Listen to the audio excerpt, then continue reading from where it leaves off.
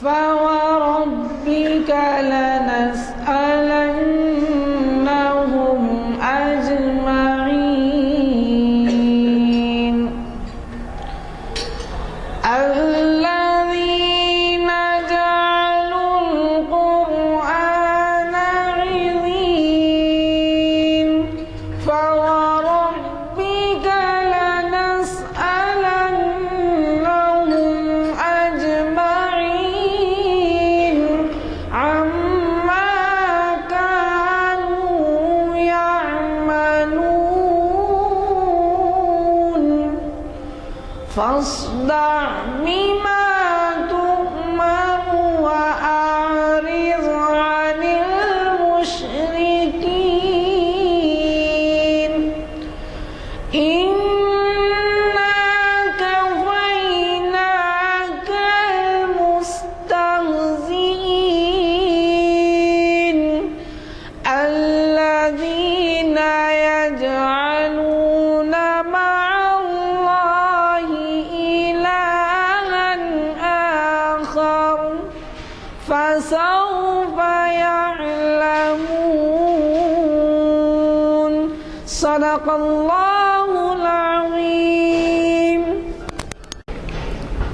حضرات، بڑی خوشی کی بات ہے کہ آج ہمارے درمیان اسلامک اسٹڈیز کے ایک ایسے اسکالر جو نہ صرف شہر میں اور ریاست میں بلکہ ملک بھر میں شہرت رکھتے ہیں، وہ ہمیں بہت ہی اہم عنوان سے مخاطب کر رہے ہیں۔ اور عنوان کیا ہے وہ آپ کے سامنے ہیں، دعا دافع بلا۔ شاید کچھ نوجوان دافع کے معنی نہیں سمجھیں گے۔ دافع کے معنی دور کرنے والی، بلا کو دور کرنے والی، دفع کرنے والی، میٹنے والی، اس کو بے اثر کر دینے والی، یہ چیز ہے دعا۔ کوئی مصیبت آئے اس کو بے اثر کر دیں۔ اور دعا کے بارے میں مزید کیا کہوں؟ کون سا مذہب ہے جو دعا کو نہیں مانتا؟ آپ ہی کہیے۔ کرسچنوں میں چرچ میں جو ہے دعا کے بعد ان کے آمین کہا جاتا ہے۔ اسی طریقے سے دیگر مذاہب میں بھی دعا کا برابر اہتمام ہے۔ اساتذہ بچوں کو دعا دیتے ہیں، گرو اپنے چیلوں کو دعا دیتے ہیں، اور دعاؤں میں سب سے افضل دعا اگر سمجھی جاتی ہے تو ماں کی دعا ہوتی ہے۔ تو یہ دعا جو ہے آپ اچھی طرح سمجھتے ہیں، مجھے چلنا ہے بتانے کی ضرورت نہیں ہے کہ دعا کیا چیز ہے۔ البتہ چونکہ میرا خطاب نہیں ہے، خطاب ان کا ہے، دریا کو کوزے میں بند کرنے کے لیے ایک شعر کہہ دیتا ہوں آپ دعا کے تعلق سے، اور وہ یہ ہے کہ کسی پہ تیز دوائیں اثر نہیں کرتی، کسی پہ تیز دوائیں اثر نہیں کرتی، کسی کا صرف دعاؤں پہ کام چلتا ہے۔ یعنی تیز دواؤں کے مقابلے میں دعا جو ہے افضل ہے۔ مختصر عرض کرنے کے بعد میں اتنا ہی عرض کروں گا کہ چہارشنبے کے دن بھی بہت اہم خطاب ہے ڈاکٹر یوسف اعظمی کا، اور وہ ہے اقبال کی شعری کائنات۔ اب آپ تو اقبال سے کچھ نہ کچھ واقف ہوں گے۔ ایک جگہ فرماتے ہیں میرے کلام کو شاعری نہ سمجھ، کیا ہے شعر یاد ہے پورا؟ ہاں، میرے کلام کو شاعری نہ سمجھ، کچھ ایسا ہے۔ تو بہرحال یہ درد مند دل کے حال وہ ہیں، شاعری سمجھ کے مت اڑا دو بلکہ اقبال جو ہے ہلکے مت لو، یہ مطلب ہے ان کا۔ خیر، میں زیادہ وقت اس لیے نہیں لینا چاہوں گا کہ آج کے مقرر بڑی تیاری سے آتے ہیں ہمیشہ، اور یہ ایسے ہیں کہ شروع سے ان محافل سے وابستہ رہے ہیں، اور پھر یہ بھی ہے کہ یہ بیرون ریاست اور جدہ اور سعودی عرب میں بہت ہی جو ہے سننے کے لوگ ان کو سننے کے منتظر رہتے ہیں۔ مجھے بھی ان کی چند محفلوں میں وہاں شرکت کا موقع ملا۔ بہرحال ہم خوش قسمت ہیں کہ ایسے مقررین بھی ہمارے لیے وقت نکالتے ہیں اور ان کے خدمات والہانہ ہوتے ہیں۔ یہ اگر باہر بلائے جاتے ہیں تو ان کے لیے بہت سی تواضع ہوتی ہے، مگر ہم یہاں تو کوئی ایسی تواضع ان کی نہیں کرتے، لیکن ان کا ملی جذبہ ہے جو انہیں کھینچ لاتا ہے۔ اور یہ ہمیں ایک عنوان سے مخاطب نہیں کیے ہیں، یہاں کی محافل کو اقبال شناسی کے علاوہ، تاریخ اسلام کے علاوہ، یہ جو آپ سن رہے ہیں آج، یہ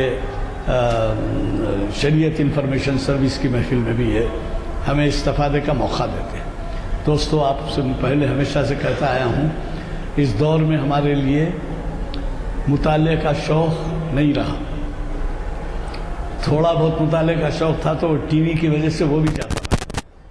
اب یہ جو مقررین آتے ہیں، اب چاہیے کہ کئی کتابوں کا نچوڑ آپ کے سامنے پیش کرتے ہیں، یعنی آپ 1 گھنٹے میں کئی کتابوں کے خوبیوں سے واقف ہوتے ہیں، ان میں جو واقعات ہوتے ہیں، ان میں جو مشورے ہوتے ہیں، اس سے آپ کو واقف کیا جاتا ہے۔ تو اگر آپ 24 گھنٹے میں اگر کچھ وقت نکال کے ایسی چیزوں سے استفادہ کرتے ہیں تو آپ ہی سوچئے وہ کتنی بڑی اہم یعنی خود کی خدمت ہوگی، خود کے لیے مفید ہوگا، بلکہ قوم و ملت کے لیے بھی مفید ہوگا۔ میں زیادہ عرض نہیں کرنا چاہوں گا، اس سے کہ وہ متاثر ہوں گے ان کے اوقات، اور وہ میں نے جو پہلے اعلان کیا ہے اس اعلان سے نوازیں گے۔ جزاک اللہ۔ الحمد للہ نحمده ونستعینه ونستغفره ونؤمن به ونتوکل علیہ ونعوذ باللہ من شرور انفسنا ومن سیئات اعمالنا، من یهده اللہ فلا مضل له ومن یضلل فلا هادی له، ونشهد ان لا الہ الا اللہ وحدہ لا شریک له، ونشهد ان محمدا عبده ورسوله۔ قال اللہ تعالی فی القرآن المجید والفرقان الحمید، بسم اللہ الرحمن الرحیم، وَإِذَا سَأَلَكَ عِبَادِي عَنِّي فَإِنِّي قَرِيبٌ أُجِيبُ دَعْوَةَ الدَّاعِ إِذَا دَعَانِ فَلْيَسْتَجِيبُوا لِي وَلْيُؤْمِنُوا بِي لَعَلَّهُمْ يَرْشُدُونَ۔ وقال نبی صلی اللہ علیہ وسلم، الدعاء مخ العبادہ،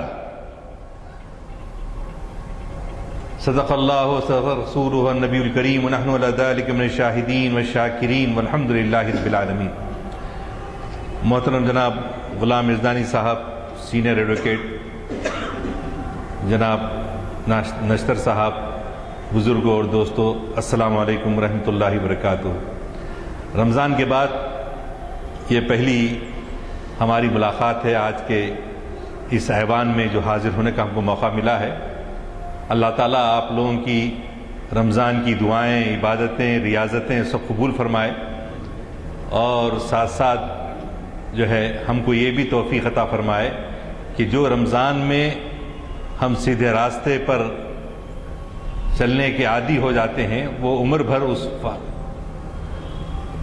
اسی ڈگر پر چلنے کی ہم کو توفیق اور سعادت نصیب ہو، اس میں استقامت نصیب ہو۔ استقامت بہت بڑی اہم چیز ہوتی ہے، ڈٹرمنیشن کے ساتھ کنٹینیوسلی جو ہے اس راستے پر چلنا، ایسا نہیں کہ بھئی رمضان تھا ہو گیا اس کے بعد چلتا ہے، خیر۔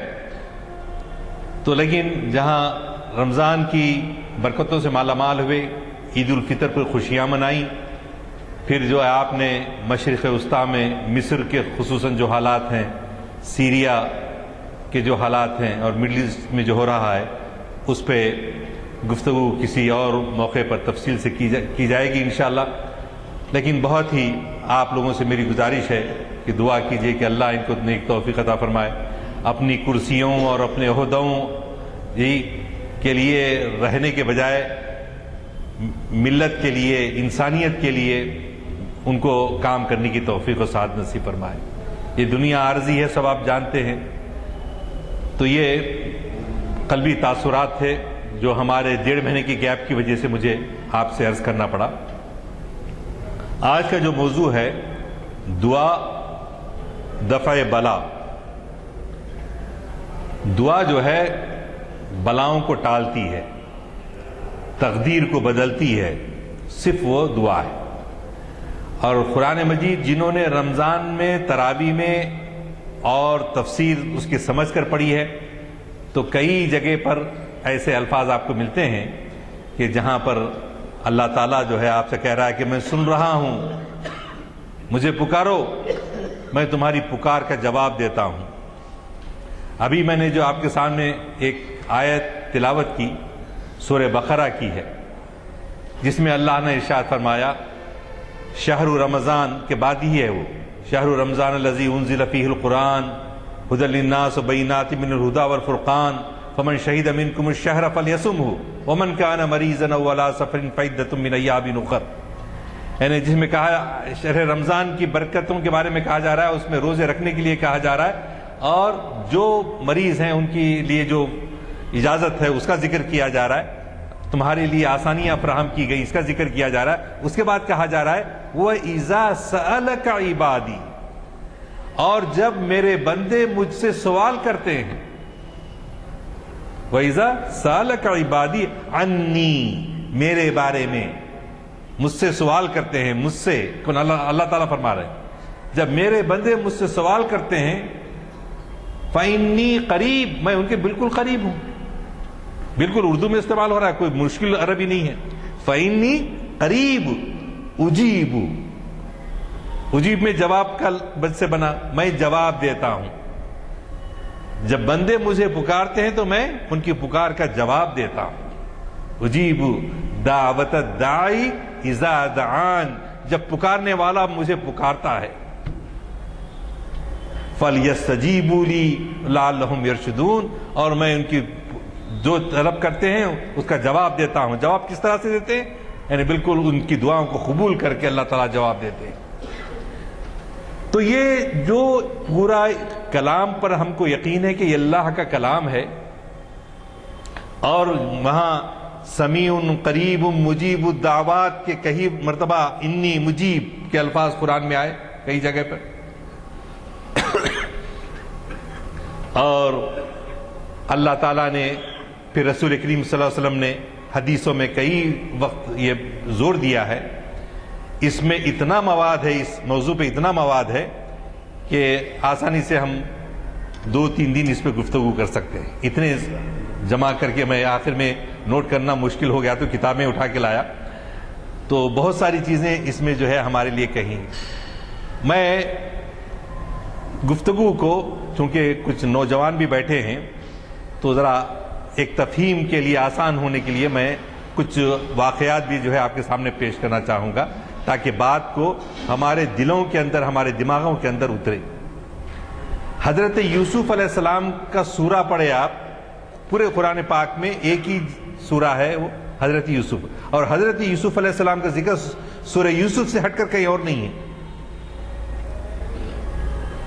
جیسا حضرت عیسیٰ علیہ السلام کا ذکر، حضرت موسیٰ علیہ السلام کا ذکر مختلف جگہوں پہ ریپیٹیڈلی آیا ہے، لیکن حضرت یوسف علیہ السلام کا واقعہ ایک ہی سورہ یوسف میں بیان کیا گیا، اور وہ آیت وہ خوبصورت صورت میں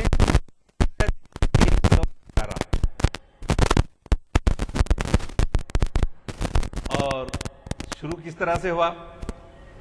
یہ ہوا کہ بھائی جو ہے بہانہ بنائے اپنے بھائی کو ساتھ لے کے جانے کا، چونکہ والد بہت چاہتے تھے حضرت یوسف کو، تو حسد اور بغض کی وجہ سے انہوں نے یہ ترکیب کی کہ جو ہے اپنے ساتھ لے گئے، بعد میں بہانہ کیا، اندیشہ والد صاحب کو پہلے سے تھا، اور بہانہ ہوا کہ بھیڑیا ان کو کھا لیا اور کنویں میں ان کو چھوڑ دیا تھا۔ لیکن جب ان کو کافی وقت گزرنے کے بعد بھائیوں کو احساس ہوا کہ ہم جو ہے ہم کیا کیے ہیں، ہم سے غلطی ہوئی ہے، تو ہم اللہ تعالیٰ کے ساتھ جو ہے کیا کرتے ہیں، اللہ تعالیٰ سے جو ہے معافی طلب کرتے ہیں۔ تو چنانچہ انہوں نے اپنے والد سے جا کر کہا ابا جان ہم سے غلطی ہوئی، ہم خطا کار ہیں، آپ ہماری مغفرت کے لیے اللہ سے دعا کیجیے۔ تو حضرت یعقوب علیہ السلام یہ نہیں کہتے، یعقوب علیہ السلام کا نام ہی اسرائیل، جو بنی اسرائیل بولتے ہیں نا، وہ یعقوب علیہ السلام کا نام ہے. تو حضرت یعقوب علیہ السلام بیٹوں کو یہ نہیں بولتے کہ اللہ تمہاری مغفرت نہیں کرے گا، نہیں چاہے گا، نہیں بولتے. میں اللہ سے ضرور دعا کروں گا اللہ تمہاری مغفرت کرے گا.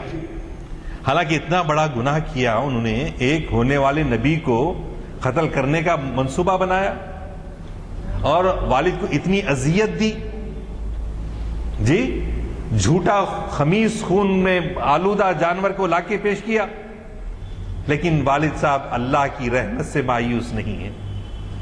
بیٹے جب کہتے ہیں کہ اللہ ابا جان ہماری جو ہے ہمارے لیے دعا کیجیے ہماری مغفرت کے لیے، تو والد کہتے ہیں کہ میں ضرور تمہاری دعا کروں گا تمہارے لیے. یہ نہیں کہتے بد دعا کروں گا تم نے میرے بیٹے کو تکلیف دی، ایسا نہیں کہتے.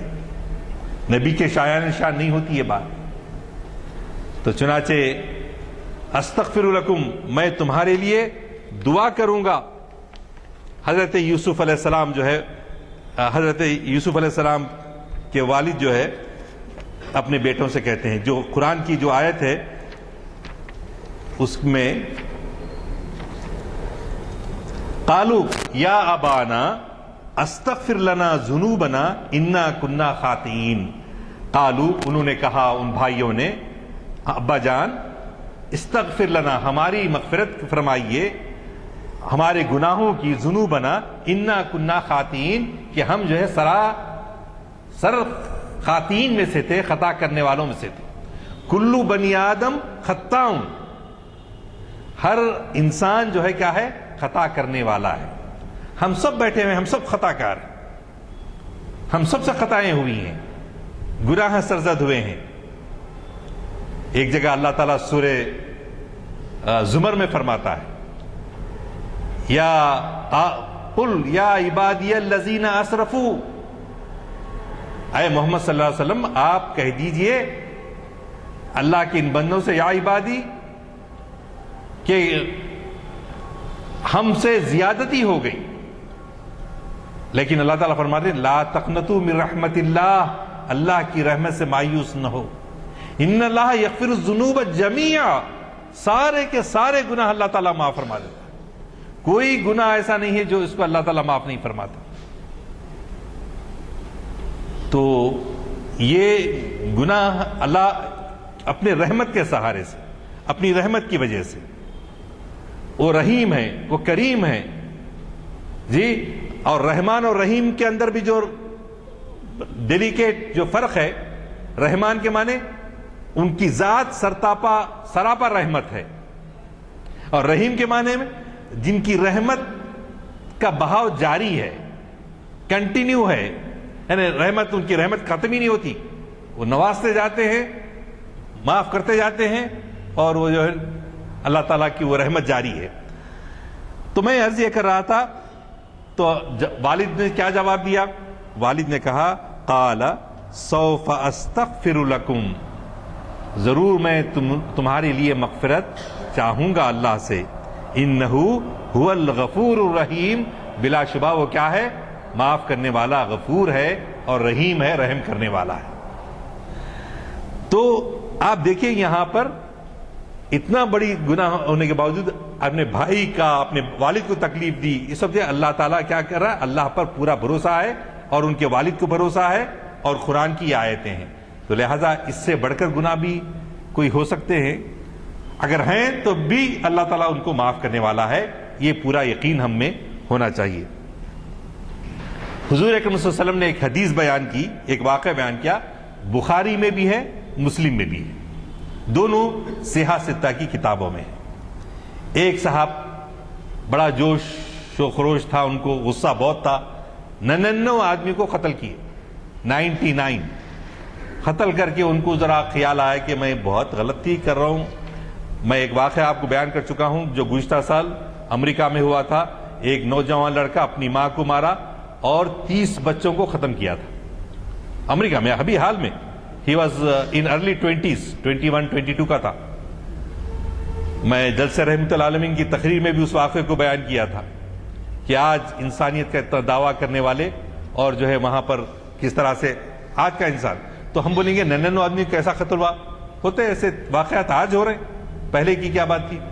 تو 99 جو ہے لوگوں کو قتل کیا، قتل کر کے بولا کہ کوئی عالم، کوئی راہب، کوئی اللہ کا نیک بندہ ایسا ہے کہ جس کے پاس جا کر میں میرے جو گناہ ہوئے قتل کیا ہوں اس کے لیے کوئی میری جو ہے مغفرت کرے، اللہ سے معافی چاہے میں، تاکہ اس سے وہ تو گیا تو بولے نہیں وہ جس راہب کے پاس گیا، ذرا سخت قسم کے تھے انہوں، نہیں معاف کچھ نہیں کرتے اللہ میاں، بلکہ بولتے چاہتے کہ اگر 99 ہوئے سے ہوئے 3 فگر 3rd فگر بول کے اس کو بھی مار دیا، 3 فگر کو یعنی 100 کا پورا سنچری ہو گئی، 100 آدمی ختم ہو گئے۔ 100 آدمی ختم ہونے کے بعد پھر چند دنوں کے بعد وہاں سے گیا، دوسرے گاؤں میں گیا، پوچھا کہ کوئی ایسا راہب ہے، کوئی عالم ہے، کوئی مشائخ زادہ ہے جی جو میری جو ہے مغفرت کے لیے دعا کرے گا؟ تو انہوں نے بولا ہے، تمہاری جو ہے مغفرت ہو سکتی ہے، اور اللہ کیسے بھی بڑے گناہ ہو اس کو معاف کر دیتا ہے۔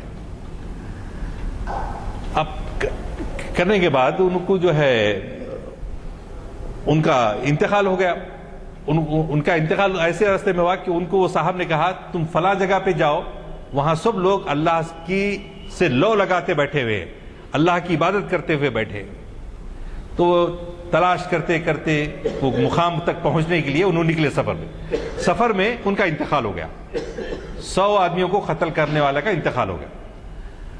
اب فرشتے آئے، کچھ فرشتے بول رہے ہیں ہم جنت کو لے جاتے، کچھ فرشتے بول رہے ہیں ہم دوزخ کو لے جاتے۔ فرشتے دوزخ کو لے جانے والے یہ بول رہے ہیں کہ ارے اتنا بڑا گناہ کرا بھائی،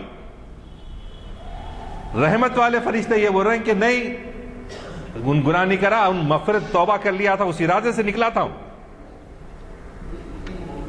تو اب یہ فرشتوں میں اختلاف ہو رہا، تو اس میں ایک انسان کی شکل میں ایک فرشتہ آیا، آنے کے بعد اس کو حکم بنایا گیا۔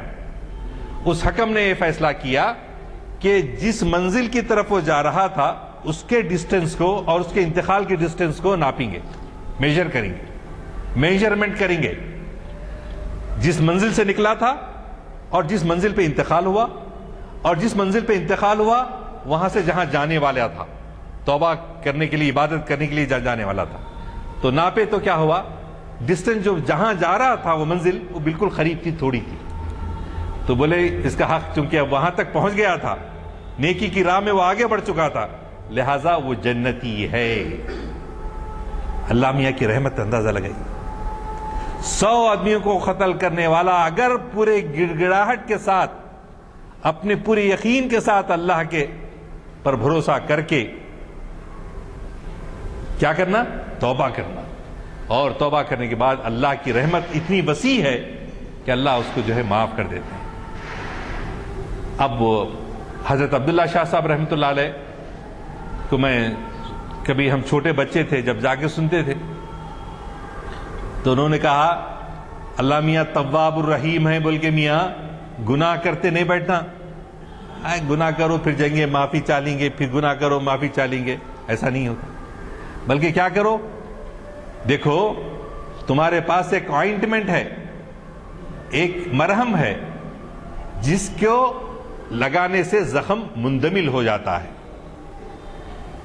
گھر میں کبھی لا کے رکھے تھے، گھر میں زخم رکھا ہوا ہے، تو اس آئنٹمنٹ کو دیکھ کر آپ زخم کر لیتے کیا؟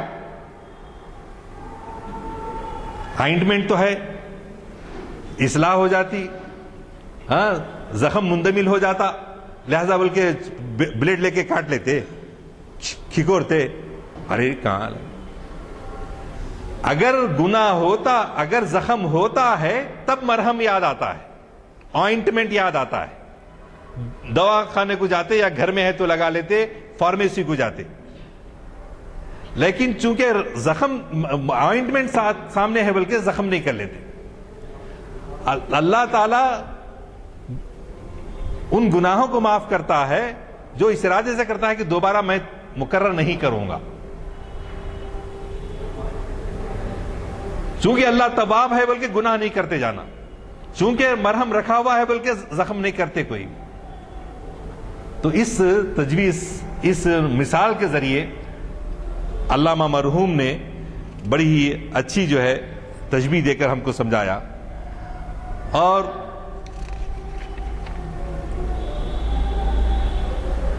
اللہ تعالیٰ کیسے رحیم و کریم ہے اور اپنے بندوں کو کیسا آزماتے ہیں. آپ کے حضرت ابی ابن کعب رضی اللہ تعالیٰ عنہ، حضرت کعب بن مالک رضی اللہ تعالیٰ عنہ ایک بڑے صحابی گزرے.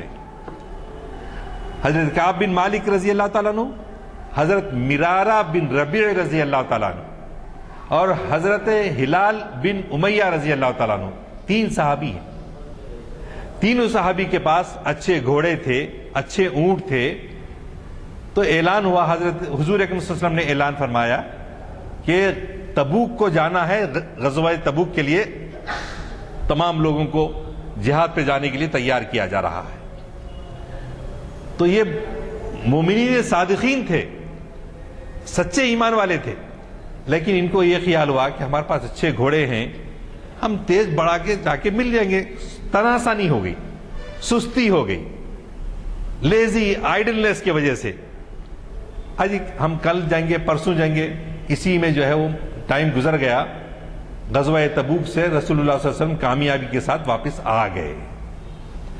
آگے آنے کے بعد منافق ہپوکریٹس ایک آ کے بولتے جا رہا، مجھ سے یہ غلطی ہوئی، مجھ سے وہ غلطی ہوئی، بہانے. اچھا رسول اللہ صلی اللہ علیہ وسلم جانتے تھے ان کی باتوں کو، تو بولے اچھا جاؤ، سن لیا میں تمہاری بات کیا ہے، چلو. جتنے منافق تھے ان کو سب کو ہاں بول کے جو ہے بھیج رہے. لیکن جب ان کی باری آئی حضرت کعب بن مالک رضی اللہ تعالیٰ عنہ کی، تو بولے اچھا آپ بیٹھیے، ذرا ٹھہریے. آپ سب کو تو جاؤ بول رہے تھے، لیکن ان کو بولے ذرا ٹھہرو آپ. تو یہ انہوں نے سچ کہا. مسکراتے ہوئے رسول اللہ صلی اللہ علیہ وسلم نے ناراضگی کا اظہار کیا. تو انہوں نے کہا، کعب بن مالک نے، سرکار واقعی مجھ سے تناسانی ہوئی، تاخیر ہو گئی، اور امروز و فردا میں آنے کے ارادے سے میں اس کو ٹالتا رہا، تاخیر ہوتی رہی. تو اچھا آپ کا معاملہ دوسرا ہے. ان سے کہا گیا کہ کسی کو بات نہیں کرنا، بائیکاٹ، سوشل بائیکاٹ. ارے منافقوں کو تو معاف کر دیے، اپنے لوگوں کا امتحان ہو رہا، اپنے لوگوں کا امتحان ہوتا. تو اس کے بعد 8 دن گزر گئے، 10 دن گزر گئے، 20 دن گزر گئے، کوئی سلام کرے تو سلام کا جواب نہیں دیتا. اب جس سوسائٹی کے اندر آپ سب لوگ یہاں مسجد کو آتے، دوست ہیں، اگر کوئی آدمی سلام کا جواب نہیں دیا تو کتنا ارے کیا ہوا کہ بھائی کوئی سلام نہیں کر رہا، کوئی سلام کا جواب نہیں دے رہا. تو بڑی اذیت، تکلیف. سب بھائی ہیں میرے اور میرے ساتھ ایسا کیوں کر رہے ہیں. آخر جو ہے 1 مہینے کے بعد جو ہے کہا گیا، حضور نے فرمایا تم اپنی بیوی سے بھی الگ رہو. تو انہوں نے اپنی بیوی کو ان کے میکے کو بھجوا دیا. جاؤ اماں بابا کے پاس رہو، حکم ایسا آیا ہے. انہوں چلے گئے. ایک دن نماز پڑھ کے رو رہے، گڑ گڑا رہے اللہ میاں کے پاس، اللہ میاں میرا سوشل بائیکاٹ کب ختم ہوتا. زندگی بڑی اذیت، رسول اللہ صلی اللہ علیہ وسلم سے روز ملنے والے. تو انہوں نے آخر یہ کیا کہ اپنے چچیرے بھائی ابو قتادہ رضی اللہ تعالیٰ عنہ کے پاس گئے. ابو قتادہ سے پوچھے، ابو قتادہ بولو میں کیا اللہ کے اور اللہ کے رسول کو نہیں چاہتا دل سے؟ خاموش، ایک نہیں دو نہیں. خدا کی قسم کا حوالہ دیتا ہوں، خدا کی قسم کھا کے کہتا ہوں کہ تم بولو کہ میں اللہ اور اللہ کے رسول کو چاہتا ہوں نہیں چاہتا ہوں. تو انہوں جواب اتنا ہی دیے کہ اللہ کے رسول بہتر جانتے ہیں، ان کا حکم ہمارے کو ہے. چچیرا بھائی، بچپن سے دیکھنے والا. تو آخرکار اس طرح سے 50 دن ہو گئے. اسی درمیان میں ایک عیسائی بادشاہ غسان، شاہ غسان، انہیں ایک لیٹر بھیجا تاکہ ان کو رسول اللہ سے توڑ لینا، مسلمانوں سے توڑ لینا. بلکہ ایک لیٹر بھیجا، تمہارے صاحب جو ہیں تمہارے ساتھ ایسا سلوک کر رہے ہیں، تم ہمارے پاس آئیں گے تو ہم تم کو بہت نوازیں گے. کتنا بڑا سخت امتحان دیکھیے آپ. ایسے وقت رہے تو ارے چھوڑو بول کے، ہمارے جیسے رہے تو جن کا ایمان کمزور ہے. بادشاہ بلا رہا، عزت کے ساتھ بلا رہا، چلے جاتے. مگر ایمان قوی تھا، اللہ پر یقین تھا، اور اللہ کے سامنے جواب دہی کا احساس تھا کہ ایک دن یقیناً مرنا ہے اور مر کر جواب دینا ہے. یہ حقیقت ہے. اس پہ ایمان کامل تھا. اس ایمان کامل کی وجہ سے انہوں نے شاہ غسان کے اس کو لیٹر کو بھی ٹھکرا دیا. اور اس کے بعد 50 دن کے بعد ایک آ کر خوشخبری دی. وہ چھت پر بیٹھے ہوئے تھے, اطلاع ملی صبح کے وقت کہ مبارک ہو اے کعب ابن مالک کہ تمہاری مغفرت اللہ تعالیٰ جو ہے قبول کر گیا ہے, تمہیں معاف کر دیا گیا ہے. اس کا اعلان قرآن شریف میں کیا گیا ہے. ایسی مغفرت چاہی انہوں نے کہ اللہ نے جن کا اعلان قرآن مجید میں کیا, جس کا ترجمہ میں پڑھ دیتا ہوں. کعب مبارک ہو, یہ سنتے ہی میں سمجھ گیا اور اپنے خدا کے حضور سجدے میں گر پڑا.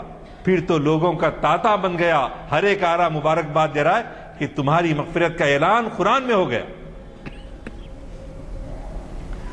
تو پھر آپ مسجد نبوی میں گئے اور جا کے رسول کریم صلی اللہ علیہ وسلم سے ملاقات کی تو حضور نے فرمایا کعب مبارک ہو, یہ تمہاری زندگی کا سب سے بہترین دن ہے. تو اس واقعے سے میں بولنا کیا چاہتا ہوں کہ ہم جو ہے کتنے بھی گناہ کیے ہوئے ہوں لیکن مغفرت طلب کرتے رہنا, دعا کرتے رہنا, استغفار طلب کرتے رہنا. رسول اللہ صلی اللہ علیہ وسلم ایک ایک دن میں 70 مرتبہ 100 مرتبہ استغفار پڑھتے تھے. رسول اللہ صلی اللہ علیہ وسلم سید الانس والجن, سید المرسلین صلی اللہ علیہ وسلم. ہم گناہگار کی در کے. تو لہذا سب سے اللہ کو ادا جو پسند آتی ہے بندے کا گڑ گڑانا اس کے سامنے, اپنے کو حقیر جاننا. شیطان حقیر نہیں سمجھا لیکن انسان کیا ہے, اپنے آپ کو حقیر سمجھنا.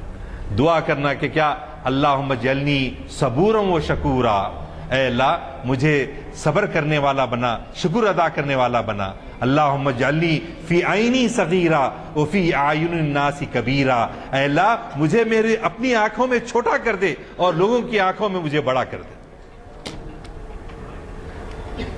میں بڑا بول کے نہیں پھرنا, اللہ میاں کو پسند نہیں میں بڑا.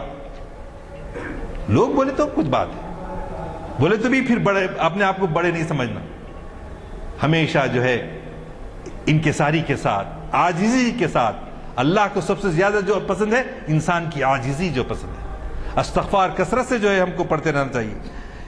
کیا ہے اللہ تعالیٰ فرماتا ہے یا ایھا الذین آمنوا توبوا الی اللہ توبۃ نصوحا عسیٰ ربکم ان یکفر عنکم سیئاتکم, اے مومنو خدا کے آگے سچی اور خالص توبہ کرو, امید ہے کہ تمہارا پروردگار تمہارے گناہوں کو تم سے دور فرما دے گا.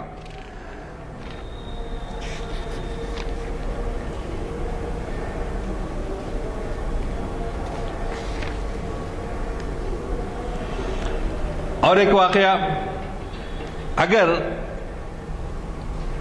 آپ اس میں ایک ریگستان میں گزر رہے ہیں جہاں پر ڈیزرٹ ہے, پانی نہیں ہے, کوئی جو ہے اپنی پیاس کو بجھانے کا کوئی سامان نہیں ہے, کھانے پینے کا سامان نہیں ہے, آپ اونٹ کے اوپر جا رہے تھے اور تھک کے جو ہے اونٹ کو ایک جگہ باندھ دیا اور اپنے کو آنکھ لگ گئی اور سو گیا. اٹھنے کے بعد دیکھا کہ وہ اونٹ غائب ہے. آپ اندازہ لگائیے, بے آب و گیاہ ریگستان. ریگستان میں بعض وقت ہم دیکھے ہیں کہ آپ سانس لینا چاہے تو سانس نہیں لے سکتے, آکسیجن نہیں رہتا. تو اسی لیے عرب جو ہے وہ اونٹوں پہ جو سفر کرتے تھے ایسا لباس کہ کان کو, ناک کو ایسا ڈسٹ کا جو غبار آتا تھا اس سے بچنے کے لیے غوترا, ایگال جو پہنتے ہیں وہ لوگ. تو ایسی کیفیت میں آپ اندازہ لگائیے, اونٹ کے اوپر کھانے پینے کا سامان ہے, پانی ہے, اور وہ اونٹ غائب ہو گیا اور کوئی نشان نہیں, بے لق و دق صحرا, کوئی درخت نہیں, کوئی جو ہے پرندہ نہیں. تو ایسی مایوسی حالت میں انسان کیا سمجھے گا, اب میرا تو آخری وقت آ گیا, اب میرا آخری وقت آ گیا, نہ کھانے کو ہے نہ پینے کو ہے, کچھ بھی نہیں. تو لہذا اس کی جو وہ پورا جو ہے مایوس ہو جائے گا. اگر ایسی حالت میں ایک دم وہ اونٹ اس کو نظر آ جائے, اس کے پاس آ جائے, تو اس کی خوشی کا کیا عالم ہوگا؟ اندازہ لگائیے کتنی خوشی ہوگی۔ اسی طرح اگر کوئی بندہ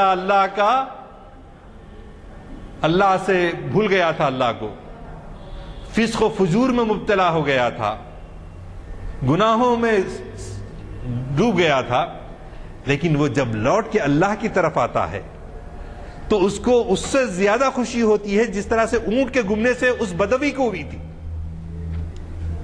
اللہ اکبر، یعنی اللہ میاں خوش ہوتے ہیں بندہ اگر اس کی طرف لوٹ کر آتا ہے۔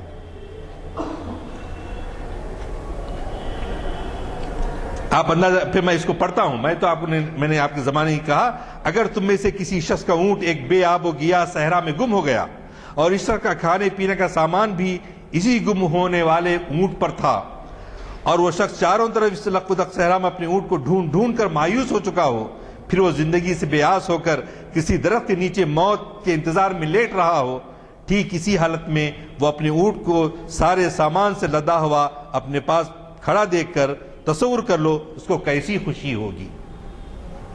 تمہارا پروردگار اس شخص سے بھی کہیں زیادہ اس وقت خوش ہوتا ہے جب تم میں سے کوئی بھٹکا ہوا انسان اللہ کی طرف رجوع ہوتا ہے۔ اللہ کو جو بھول گیا تھا اگر وہ لوٹ کر آتا ہے تو اللہ کی محبت کا کیا ٹھکانہ۔ اللہ اتنا اپنے بندے سے پیار کرتا ہے، اتنا رحیم ہے اللہ تعالیٰ، اتنا کریم ہے۔ اور ایک ایسی مثال، ایک موقع پر جنگ کے قیدی گرفتار ہو کر آئے، اس میں ایک خاتون بھی تھی، ایک عورت بھی تھی۔ حضور اکرم صلی اللہ علیہ وسلم تشریف فرما ہے صحابہ کے ساتھ،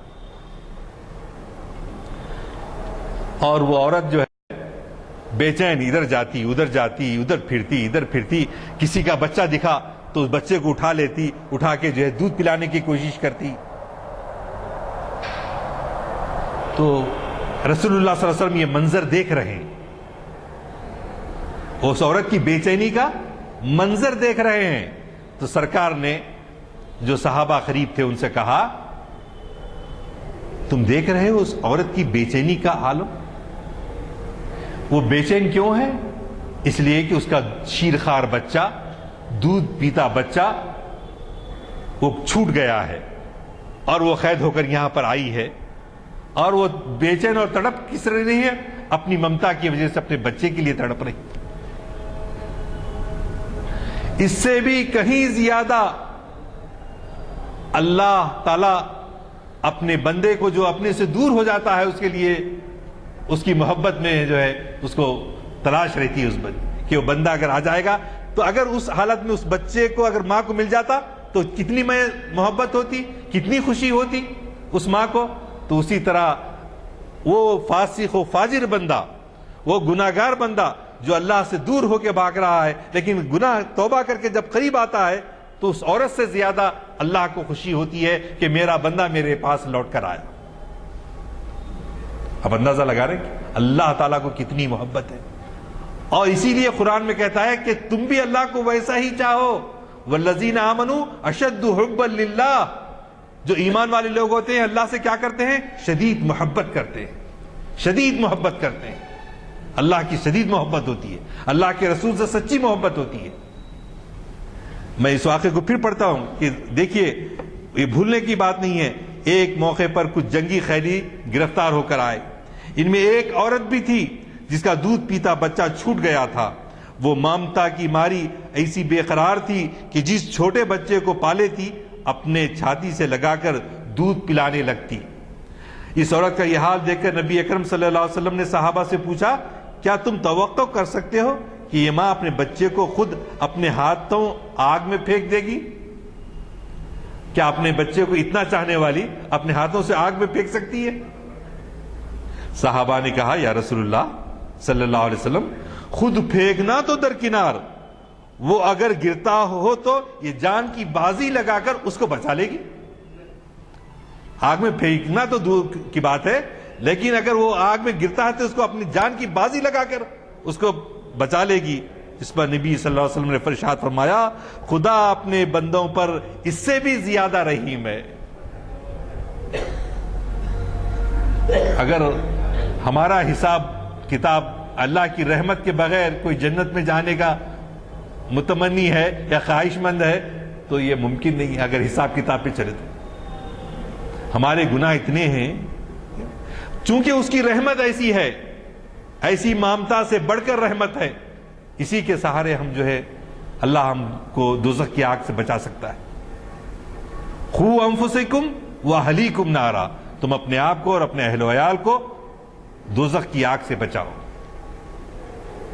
تو عزیزان گرامی، اللہ کو اتنی شدید محبت اپنے بندوں سے ہے. اللہ تو چاہتا یہ ہے، کئی جگہ قرآن پاک میں آیا تم ایک نیکی کرتے ہو تو اللہ تعالیٰ اس کا 10 گنا ثواب دیتے ہیں.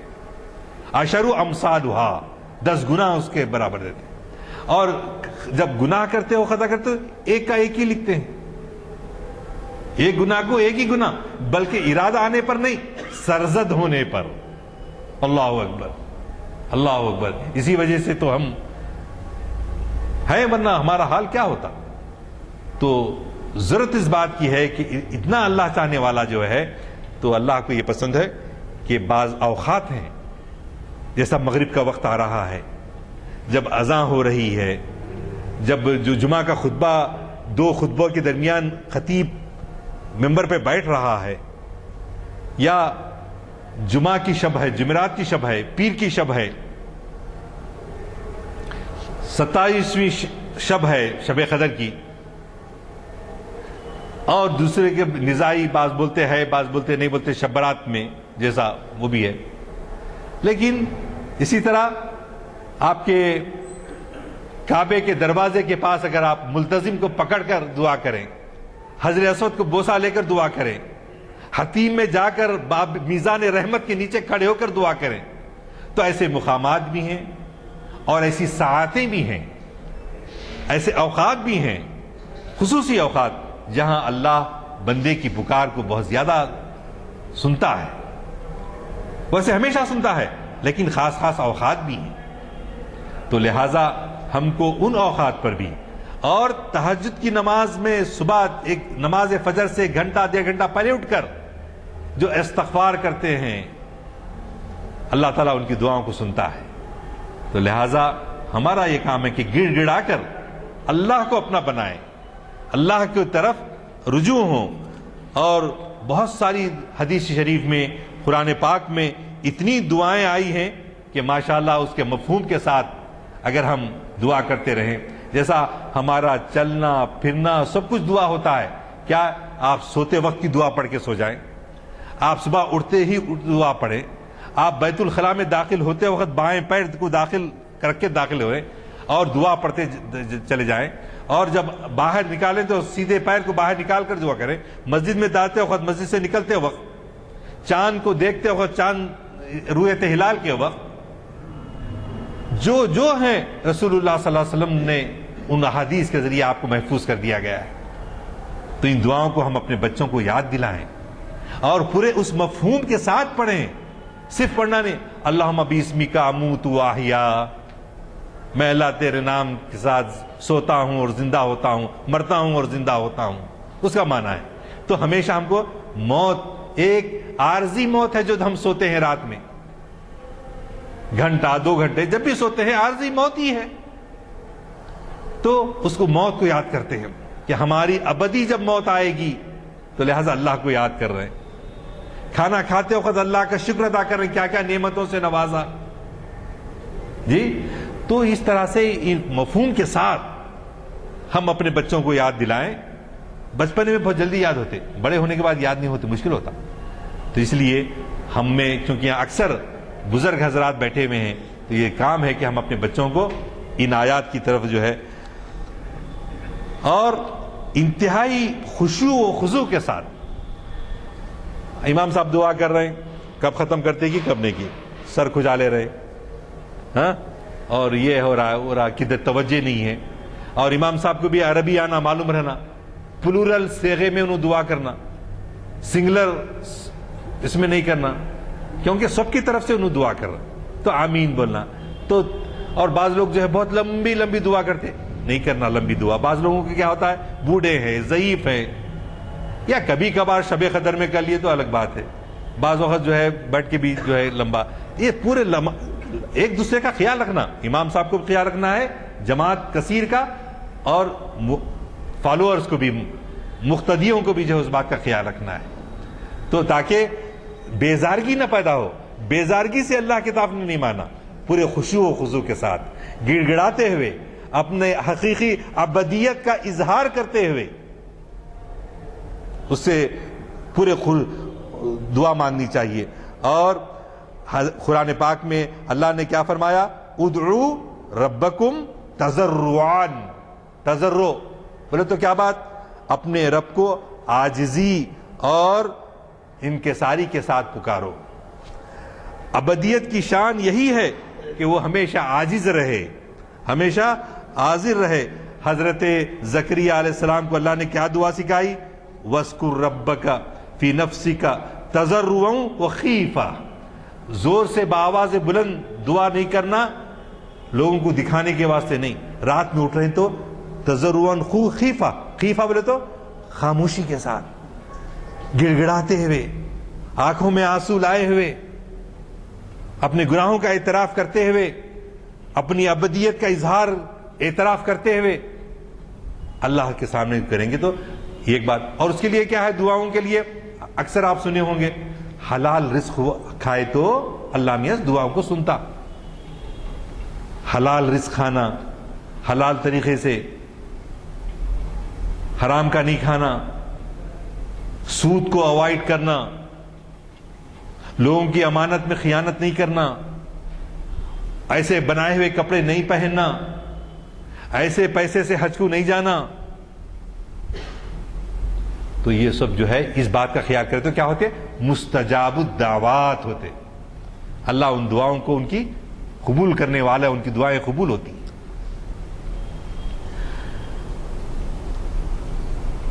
حضرت زکریا کی شان میں قرآن میں کیا آیا؟ اذ نادا ربہ نداء خفیا. نداء خفیا کیسی آواز میں؟ جب اس نے اپنے رب کو چپ کے پکارا, خاموشی کے ساتھ پکارا. تو لیکن نماز میں چونکہ اجتماعی دعا ہوتی ہے تو بآواز بلند کی جا سکتی ہے, لیکن جب تنہائی میں ہوتے ہو تو گڑ گڑا کے اللہ جو ہے اس کو جو سنتا ہے. اور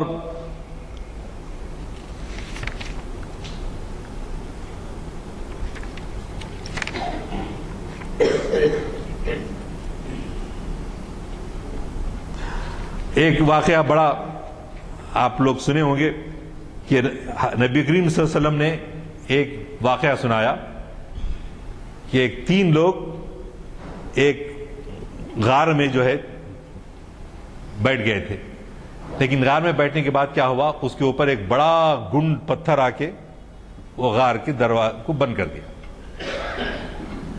اب تینوں لوگ اندر پھنس گئے. اب ایسی جو کیفیت ہوتی ہے آپ اندازہ لگے یہ موت سامنے ہے. تو ان کو خیال آیا, مشورہ آپس میں کیا کہ تم نے اپنی زندگی میں جو کچھ نیک کام کیا ہے اس کے حوالے سے, اس کے واسطے سے اللہ میاں سے دعا کرو. تو ایک صاحب نے کہا میں دعا کرتا ہوں کہ میں جو ہے ایک جنگل میں بکریاں چراتا تھا, اور جب واپس آتا تو سب سے پہلے اپنے بوڑھے ماں باپ کو دودھ پلاتا تھا, اور ان کو پلانے کے بعد اپنے بچوں کو پلاتا تھا. پہلے والدین کو پلاتا تھا, پھر بچوں کو پلاتا تھا. ایک دن بہت دیر سے آیا, ماں باپ سو چکے تھے,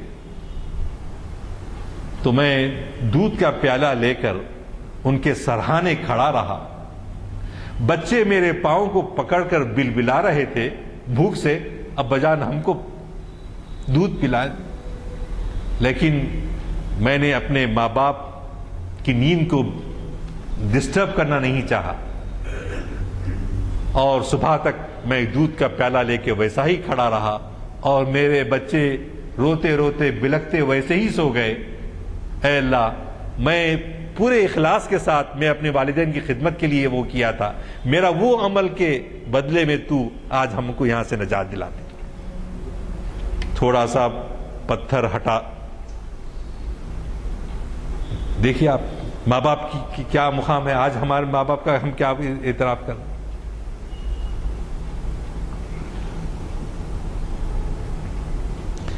دوسرے صاحب نے کہا میں مزدوروں سے کام لیتا تھا، لیبرر سے، اور سب کی مزدوری دیتا تھا، مگر ایک مرتبہ ایسا ہوا کہ مزدوری چھوڑ دے کے ایک آدمی غائب ہو گیا۔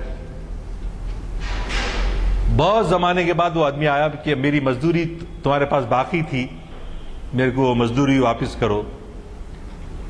ارے کہاں تھا میاں، میں تیرے کو تلاش کر رہا تھا، دکھاش نہیں تو ہمارے جیسے رہے تو۔ ارے کہاں کی بھائی، کتنی پرانی بات کر رہا تو اب۔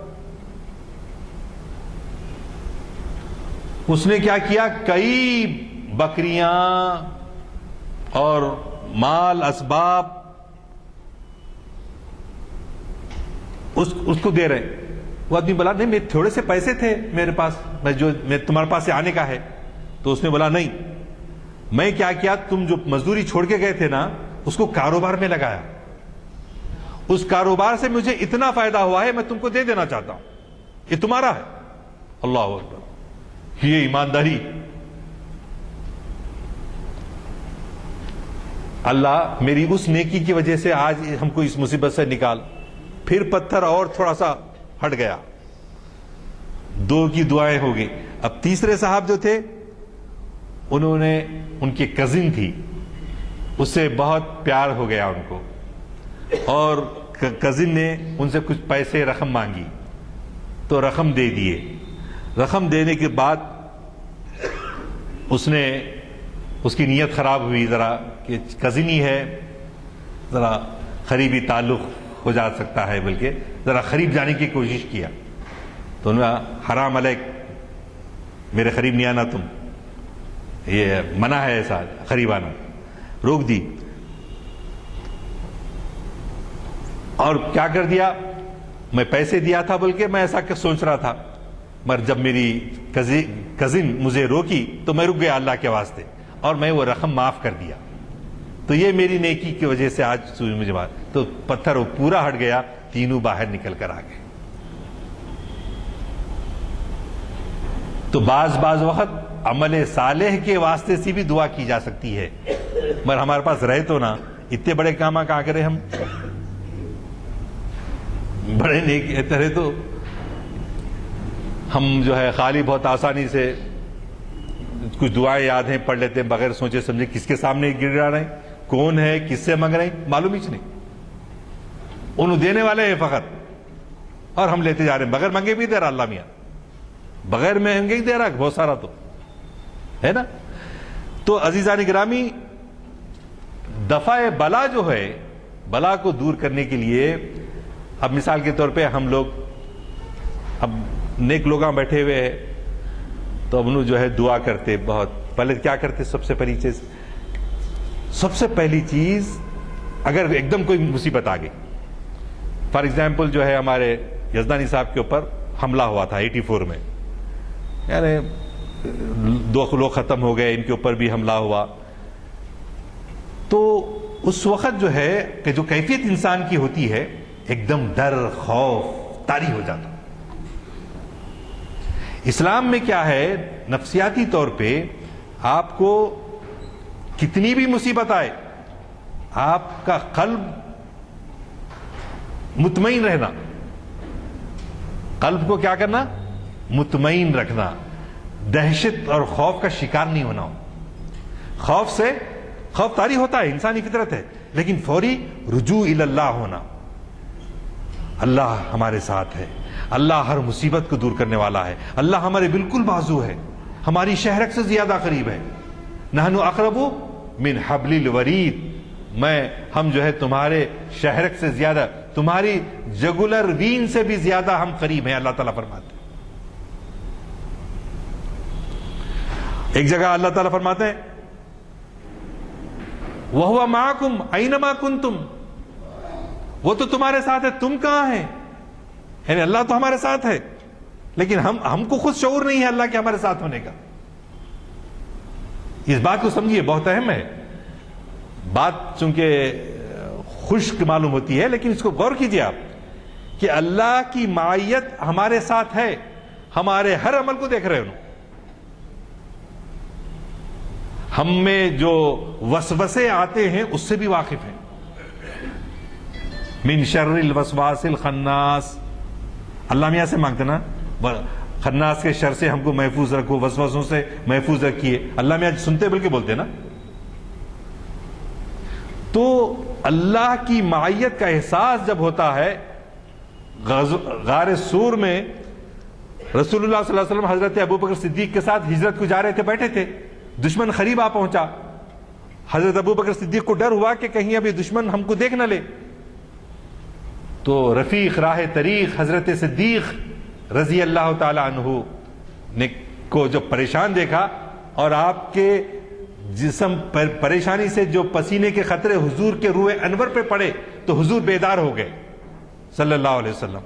اور حضور اکرم صلی اللہ علیہ وسلم نے کہا لا تحزن ان اللہ معنا، رنجیدہ مت ہو، غمگین مت ہو، اللہ ہمارے ساتھ ہے. تو کیسی بھی مصیبت آ گئی، جان کا بھی خطرہ آ گیا، تو سب سے پہلے کیا کرنا؟